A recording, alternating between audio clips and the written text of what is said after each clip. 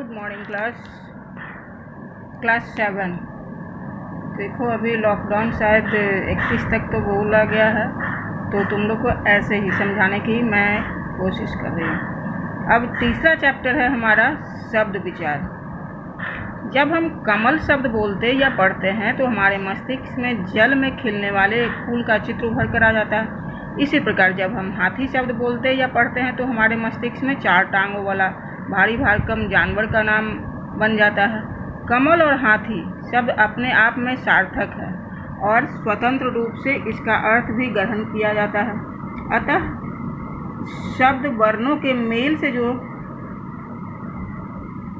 से बने सार्थक रूप होते हैं। इस प्रकार 2 या 2 से अधिक वर्णों के मेल से बने सार्थक रूप को शब्द कहते हैं। मतलब 2 या 2 वर्णों के मेल से सार्थक अर्थ वाले शब्द को शब्द कहते हैं, जिसका अर्थ निकले। सार्थक मतलब जिसका अर्थ समझ में आए। जैसे कमल बोले तो कमल का फूल हमको समझ में आ रहा है कि हाँ कमल का फूल होता है।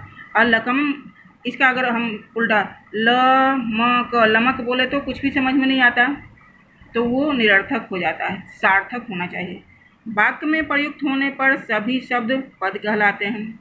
जब ये जैसे 2 या 2 से अधिक वर्णों के मेल से सार्थक, ये एक वाक्य बन गया ना, यहाँ से लेकर इस पूर्ण विराम तक। इसमें जितने भी ये शब्द हैं ना, अनेक शब्दों को मिलकर एक वाक्य का निर्माण करते हैं।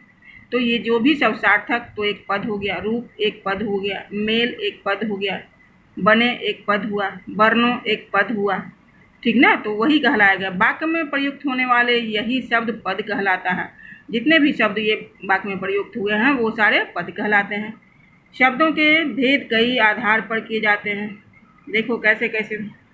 उत्पत्ति के आधार पर, रचना के आधार पर, अर्थ के आधार पर और प्रयोग के आधार पर। तो सबसे पहले है मेरा उत्पत्ति के आधार पर। उत्पत्ति के आधार पर शब्द के 4 भेद हैं: तत्सम, तद्भव, देशज, विदेशज। तत्सम संस्कृत के वे शब्द जो अपने मूल रूप में हिंदी में प्रयुक्त होते हैं वो तत्सम कहलाते हैं। जैसे जल, सूर्य, बालक, मुनि, गुरु, ये सारे संस्कृत के शब्द हैं, ठीक ना। बालक, ऐसे हिंदी में हम लोग को बालक को क्या बोलते हैं? लड़का बोलते हैं। सूर्य को क्या बोलते हैं? सूरज बोलते हैं। तो ये सारे संस्कृत के शब्द हैं, संस्कृत के शब्द, लेकिन ये हिंदी में भी यही बोल सकते हैं, ठीक ना। तो ये हो गया संस्कृत का शब्द हिंदी में अपने ही रूप में आता है तो वो तत्सम से कहलाता है।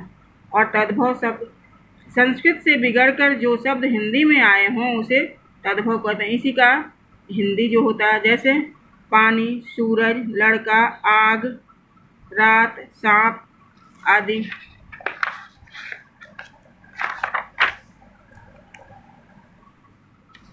अब है देशज।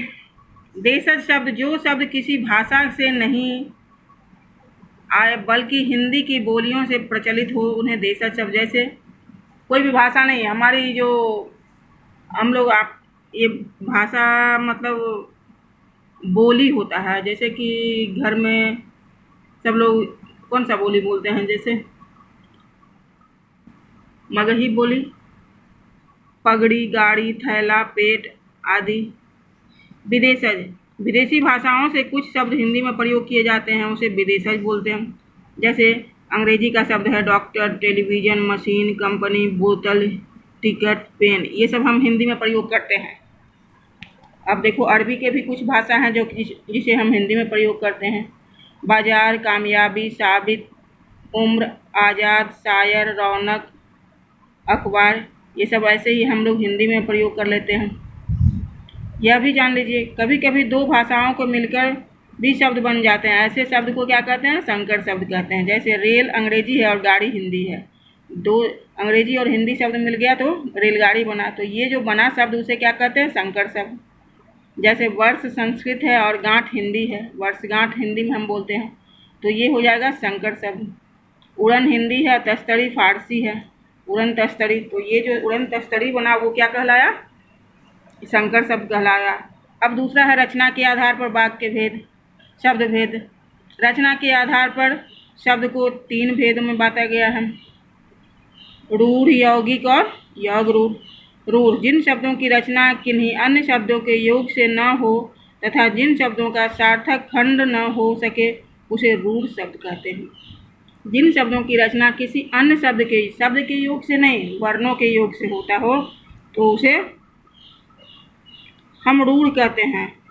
जैसे फूल, तो इसमें भी दो वर्ण है ना, फूल, पानी, पानी, दूध, दो ही वर्ण है, शब्द नहीं है। ये शब्द बोलते ही हमारी आंखों के सामने उसका चित्र स्पष्ट हो जाता है। जैसे फूल बोले तो फूल हमको मन में आ गया कि वो फूल है। पानी, पानी मतलब हाँ पानी, दूध। यौगिक शब्द, जो शब्द दो या दो से अधिक सार्थक शब्दों के मेल से बने सामान्य अर्थ देते हैं उसे यौगिक शब्द कहते हैं। इसके टुकड़े किए जा सकते हैं। जैसे रूढ़ का जो है ना, रूढ़ शब्द जो है उसका टुकड़ा नहीं किया। जैसे फूल को हम टुकड़ा कर सकते हैं, वर्ण विच्छेद हो सकता है लेकिन अलग अलग शब्द नहीं बन सकता है। लेकिन यौगिक शब्द जो होता है उसे टुकड़ा किया जाता है। जैसे पाठशाला, पाठ जोड़ शाला, रसोई जोड़ घर, इसमें ये आता है, हम लोग पढ़े हैं ना, आगे पढ़ेंगे हम।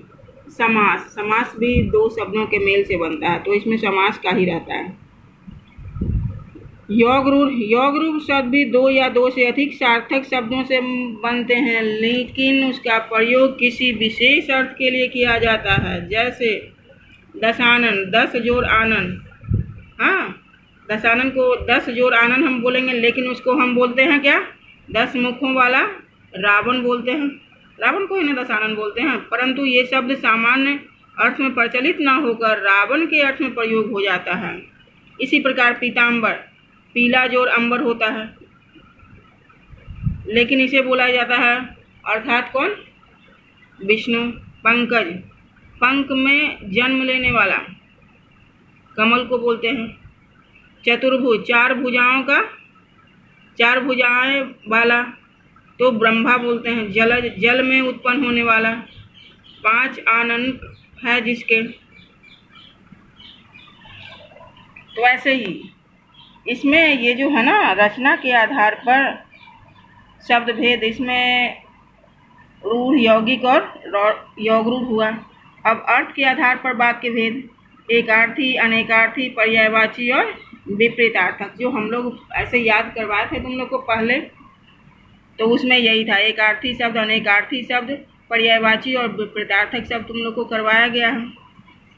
एकार्थी, जिन शब्दों का एक ही अर्थ होता है वे एकार्थी कहलाते हैं। प्रायः व्यक्तिवाचक संज्ञा शब्द इस वर्ग में आते हैं, जैसे जवाहरलाल नेहरू, मंगलवार, हिंदी और जनवरी। और अनेकार्थी, जिन शब्दों के एक से अधिक अर्थ होते हैं उसे अनेकार्थी शब्द कहते हैं। जैसे कर पत्र, कर मतलब हाथ भी होता है, कर मतलब वो टैक्स भी बोलते हैं, पत्र को पत्ता भी बोलते हैं, चिट्ठी भी बोलते हैं। कर का अर्थ है हाथ, सूढ़ आदि। इसी प्रकार पत्र का अर्थ भी पत्ता और चिट्ठी भी होता है। अब पर्यायवाची या समानार्थी शब्द, जो शब्द अर्थ में एक दूसरे का प्रयोग पर्याय होता है उसे पर्यायवाची या समानार्थी कहते हैं। जैसे जल को हम क्या क्या बोलते हैं, जल, नीर, पानी, सलील आदि। विपरीतार्थक शब्द, जो शब्द परस्पर विपरीत अर्थ प्रदान करते हैं उसे विलोम या विपरीतार्थक शब्द कहते हैं। जैसे दिन का विलोम रात, अच्छा का बुरा, आगे का पीछे, ऊपर का नीचे, ऐसे ही। प्रयोग के आधार पर, प्रयोग के आधार पर शब्द के दो भेद हैं, विकारी शब्द और अविकारी शब्द। विकारी शब्द, जो शब्द लिंग अथवा वचन कारक का प्रयोग के आधार पर परिवर्तित होता हो अर्थात उसमें विकार आ जाता है उसे विकारी शब्द कहलाते हैं। विकारी शब्द संज्ञा, सर्वनाम, विशेषण और क्रिया होते हैं। जैसे छात्र का छात्राएं, छात्राओं, वह, वे, बहुवचन हो गया, उन्हें।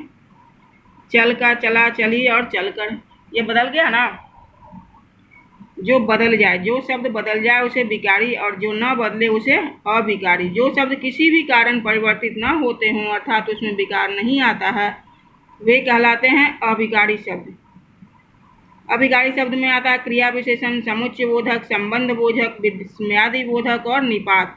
जैसे इधर, उधर, ऊपर, नीचे, भी, मात्र, और, तो इत्यादि। अब हम लोगों ने ये सब पढ़े हैं, वही है।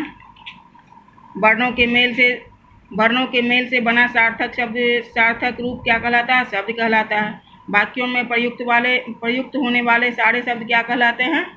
पद कहलाते हैं। शब्दों का वर्गीकरण कितने आधार पर होता है? उत्पत्ति के आधार पर, रचना के आधार पर, अर्थ के आधार पर और प्रयोग के आधार पर। तो इतना पढ़ लियो। इसका हम क्वेश्चन आंसर तुम लोग को बनाने देंगे, ये तुम लोग कॉपी में करोगे, ठीक।